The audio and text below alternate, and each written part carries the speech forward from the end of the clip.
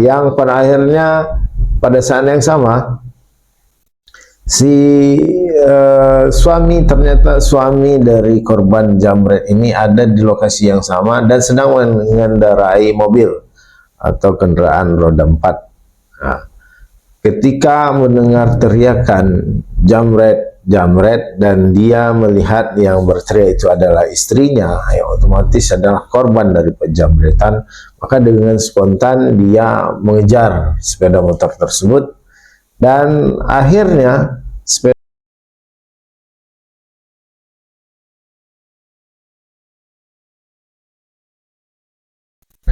korban adalah seseorang yang mengalami penderitaan fisik, mental, dan atau kerugian ekonomi yang diakibatkan oleh suatu tindak pidana. Pasal 1 angka 50 Kitab Undang-Undang Hukum Acara Pidana, Undang-Undang Nomor 20 Tahun 2025. Assalamualaikum warahmatullahi wabarakatuh. Alhamdulillah, bersyukur kita kehadiran Allah Subhanahu wa taala, kita bisa bertemu lagi dalam pertemuan audiovisual atau dalam pertemuan online melalui channel YouTube Busri Putra Dodi. Nah, dalam pertemuan kali ini saya akan menjelaskan tentang korban yang menjadi saksi atau maksudnya korban yang menjadi tersangka, karena berkaitan dengan apa yang saya tulis di akun Facebook beberapa waktu yang lalu. Bisakah korban menjadi saksi? Maksudnya bisakah korban menjadi tersangka? Jawabannya adalah bisa. Nah, kenapa bisa? Ini yang seharusnya menjadi pertanyaan pokok atau pertanyaan besarnya. Selawat beriring salam juga tidak bosan dan tidak lupa kita kirimkan kepada junjungan alam Nabi besar Muhammad SAW dengan mengucapkan Allahumma shalli ala sayyidina Muhammad wa ala ali sayyidina Muhammad. Mudah-mudahan di yaumil mahsyar kelak kita mendapatkan pertolongan atau Allah izinkan kelak beliau untuk memberikan syafaat pertolongannya kepada kita, sehingga kita termasuk pada umat-umat yang memperoleh pertolongan dari Allah Azza wa Jalla. Sobat-sobat sekalian, dimanapun Anda berada, masih tetap stay tune setia di channel Busri Putra Dodi. Tentunya yang akan dibahas dan yang akan saya ulas adalah tentang ilmu pengetahuan hukum yang terkhusus dan ini spesialisasinya ini adalah tentang hukum pidana.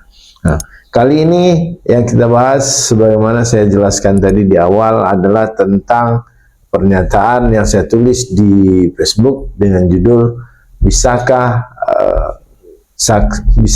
korban menjadi tersangka? Jawabannya adalah bisa.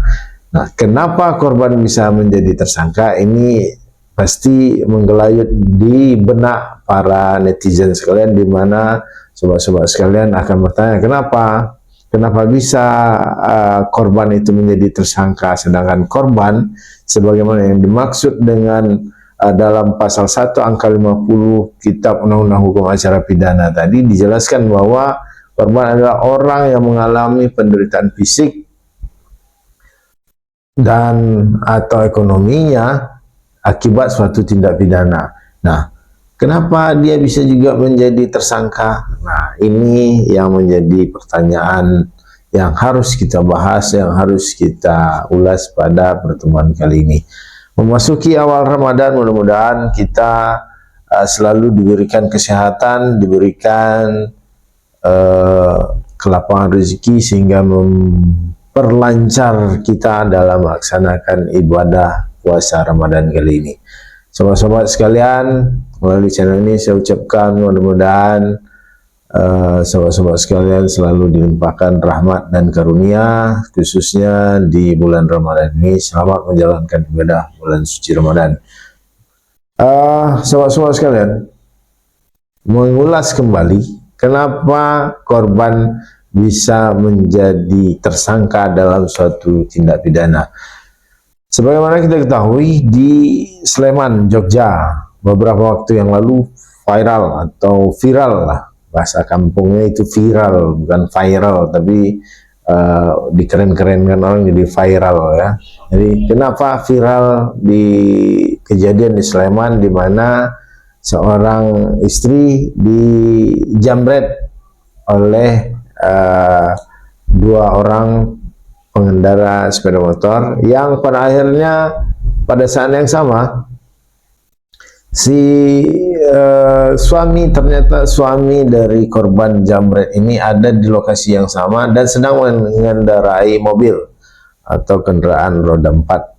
Nah, ketika mendengar teriakan jamret, jamret, dan dia melihat yang berteriak itu adalah istrinya, yang otomatis adalah korban dari penjamretan, maka dengan spontan dia mengejar sepeda motor tersebut dan akhirnya sepeda motor ini menabrak tembok pembatas flyover, kalau saya nggak salah di beritanya itu, menabrak tembok flyover dan mengakibatkan kedua jamret tersebut meninggal dunia dan viral heboh sampai Kapolres Sleman, Kapolres Yogyakarta ya, itu dipanggil oleh Komisi 3 dengan Kasat Lantas, Kajarinya juga dipanggil karena kasus ini sangat menghebohkan. Kenapa si pengejar jamret ini yang menjadi tersangka ketika jamretnya menabrak pembatas jalan?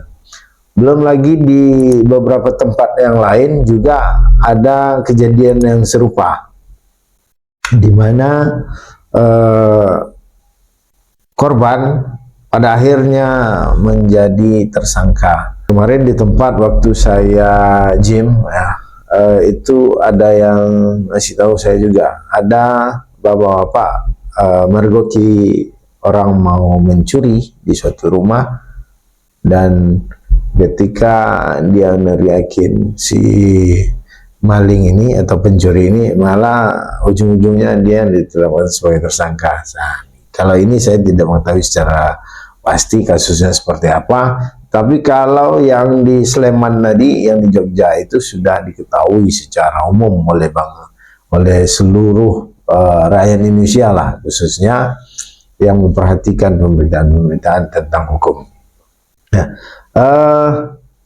pertanyaan dasarnya, kenapa status tersangka bisa dilekatkan atau disematkan kepada korban? Nah, ini ada beberapa hal dalam hukum pidana. Sebenarnya kalau kita melihat tentang keadaan terpaksa di dalam hukum pidana, ini korban tidak bisa dijadikan sebagai tersangka dari suatu perbuatan pidana. Sebenarnya contoh misalnya ketika sobat-sobat sekalian di jamret atau sobat-sobat sekalian di mengalami suatu tindak pidana pencurian dengan kekerasan di jalan, maka pada saat itu, seketika itu, sobat-sobat sekalian melakukan pembelaan diri dengan apa yang ada di tempat itu, maka itu tidak dapat disematkan status tersangka ketika si pelaku tindak pidana pencurian dengan kekerasan ini mengalami kehilangan nyawa atau meninggal dunia. Maka secara hukum pidana hal ini tidak dapat disematkan tersangka atau tidak bisa dijadikan korban ini sebagai tersangka. Lantas bagaimana prosesnya ketika si korban bisa dijadikan sebagai tersangka? Ketika kita masih mengambil contoh tentang pencurian kekerasan yang dilakukan atau yang terjadi tadi. Ketika sobat-sobat sekalian mengalami suatu tindak pidana pencurian kekerasan di jalan, atau katakanlah bahasa sekarang begal atau begal gitu ya. Jadi kita baca sesuai dengan hurufnya begal. Nah, artinya juga ada suatu tindak pidana perampasan yang dilakukan oleh seseorang di jalan. Ketika sobat-sobat di jalan mengalami pembegalan, maka pada saat itu dilakukan pembelaan diri, ini seharusnya menurut kaidah hukum pidana ini adalah perbuatan yang tidak dapat dipidana walaupun si pembegal itu tadi meninggal dunia akibat dari pembelaan diri yang sobat-sobat lakukan. Tetapi ketika terjadi pembegalan di jalan, sobat-sobat sekalian tidak dapat melakukan pembelaan diri karena ketakutan, karena ancaman berbagai macam bentuk kekerasan yang dilakukan oleh para pembegal, misalnya senjata tajam ataupun senjata api, maka hal ini membuat keadaan sobat-sobat sekalian tidak berani untuk melakukan pembelaan diri. Tetapi selang beberapa saat, katakanlah 1 atau 2 jam kemudian, sobat jumpa lagi dengan si pelaku pembegal ini, karena mungkin dalam keputusasaan mencari pertolongan, sobat pulang lagi ke rumah mengambil senjata tajam atau senjata api yang sobat-sobat miliki. Lantas dalam perjalanan mungkin saja bertemu dengan si pelaku pembegalan tadi, maka ketika sobat-sobat sekalian melakukan tindak pidana kekerasan terhadap si pembegal ini, maka itu tidak dapat dikategorikan sebagai bentuk pembelaan diri lagi karena sudah mengalami rentang waktu yang cukup lama. Tetapi kalau pembelaan diri itu dilakukan pada saat terjadinya kejahatan, maka itu tidak dapat dipidana. Tetapi ketika pembelaan diri yang dimaksud atau yang dilakukan oleh sobat-sobat sekalian dengan jeda waktu atau rentang waktu yang demikian lama, maka itu tidak dapat lagi dikatakan sebagai suatu perbuatan pembelaan diri, tetapi itu adalah suatu perbuatan main hakim sendiri atau Eigenrechtting. Nah, demikian sobat-sobat sekalian, mudah-mudahan bisa memberikan suatu pemahaman